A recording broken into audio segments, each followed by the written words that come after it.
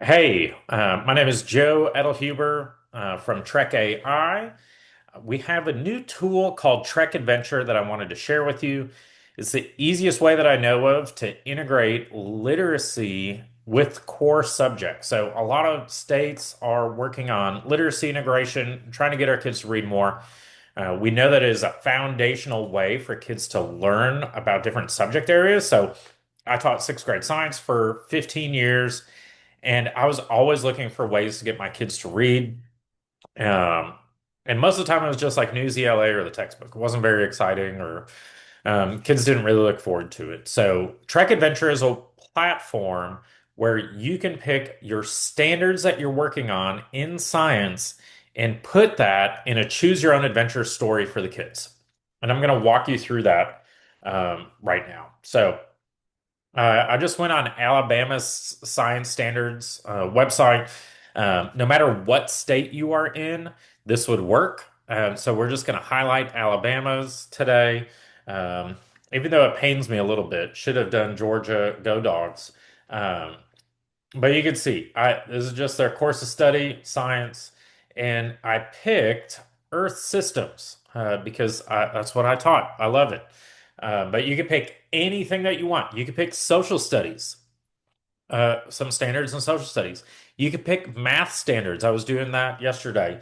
And I'm going to make another video for math standards specifically and what that looks like with reading. Because so many times in math, it's just worksheets, problems.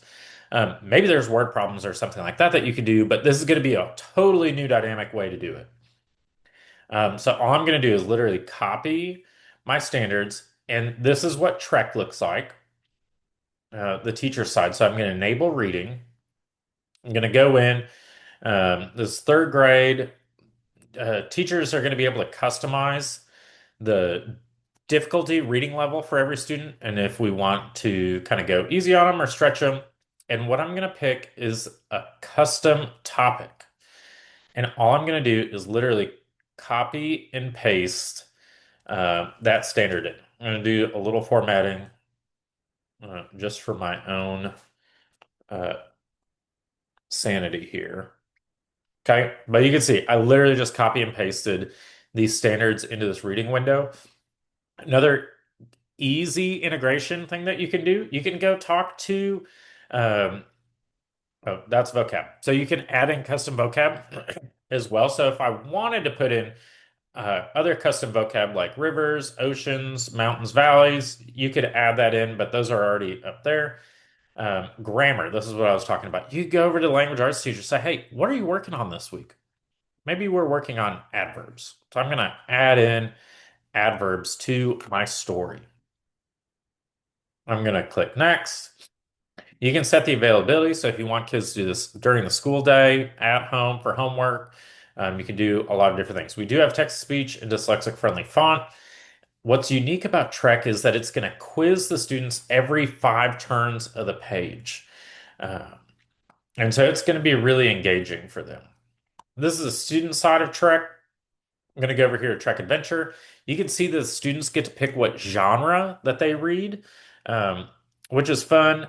One of our goals is to actually get kids off of a computer faster during the school day. So this is a way for them to read and then kind of be done. And then there's a book recommender at the end. So I'm going to pick a fairy tale. And then what's happening right now?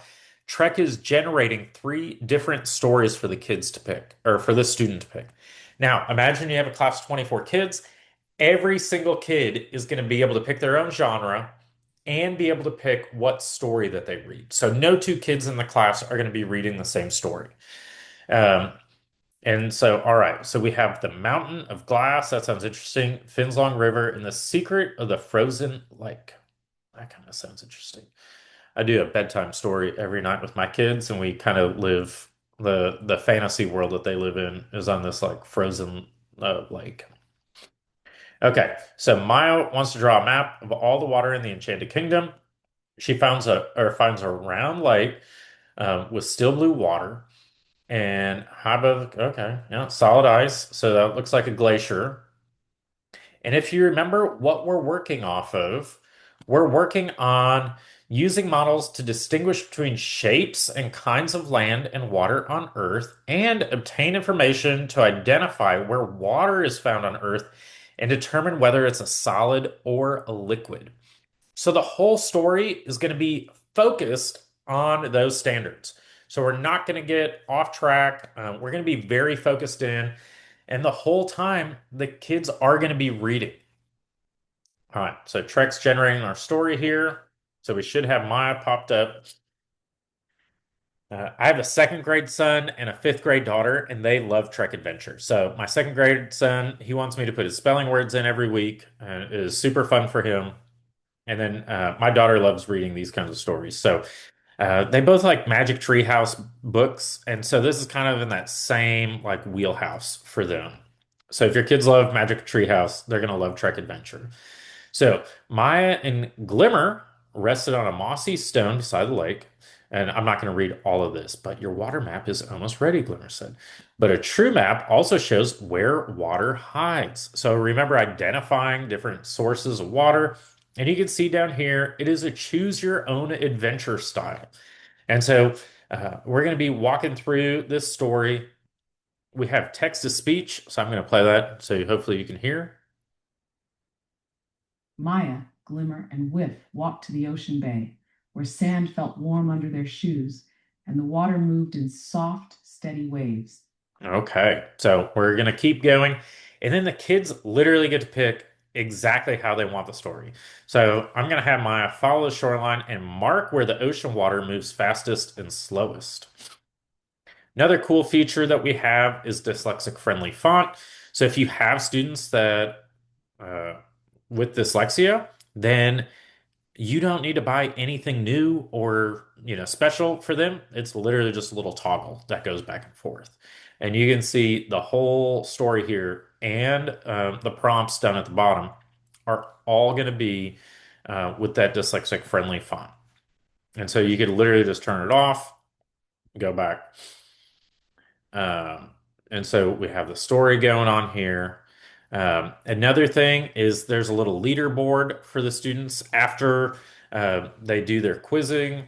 They're going to be able to kind of see where they're at. It's just top five, but it'll tell them, hey, you need to earn four more points or six more points in order to, move up a place.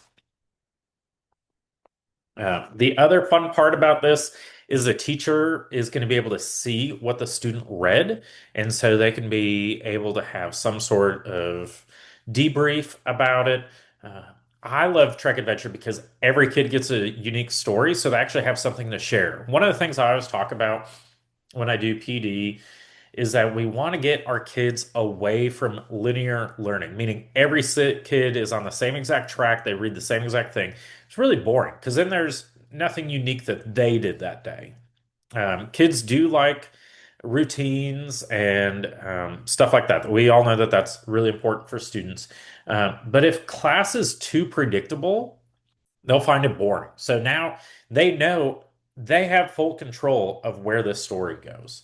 So I'm going to start our quiz here, and you can see why did Maya make simple models of the valley? Um, and I did not actually read the story, so we're just going to kind of go through here. Um, Tiny snowflake sounds good, but this is all going to be, even the questions in the quiz are going to be pointing back to the standards that we were working on. Ooh, which one matches? Bold arrow, mind you. We're going to go valley. I don't, that sounds right. No, I don't know. Ooh, 13 points. Pretty good. All right. So now we're going to be able to continue reading, and you can kind of gamify this. Say, hey, you need to keep reading until you get to 20 points, 30 points, 50 points, whatever you might want. And like I said, we are focused on these standards the whole time. The teacher can go back and look into exactly what the students were reading. And so they can kind of get a little update, say, hey, what's going on? What were you reading? If they notice that a student is really struggling, They can move the grade level or reading level up or down. If they're really excelling and just blowing through it, we can ratchet up. Trek does that kind of in the background on its own, but teacher has full control over the student experience. So that is a really high level view of Trek Adventure and how easy it is to integrate science standards into reading. I don't know of a more fun way to do that as part of either a science block or a reading block. A lot of times we have more time for reading during the school day. And so this is a way that we can ingest some science standards into that reading block and keep kids on task with what we want them to be doing. If you have any questions, please reach out, joe@trekai.org. Would love to share more with you and show you all the fun features about Trek and Trek Adventure. Thanks.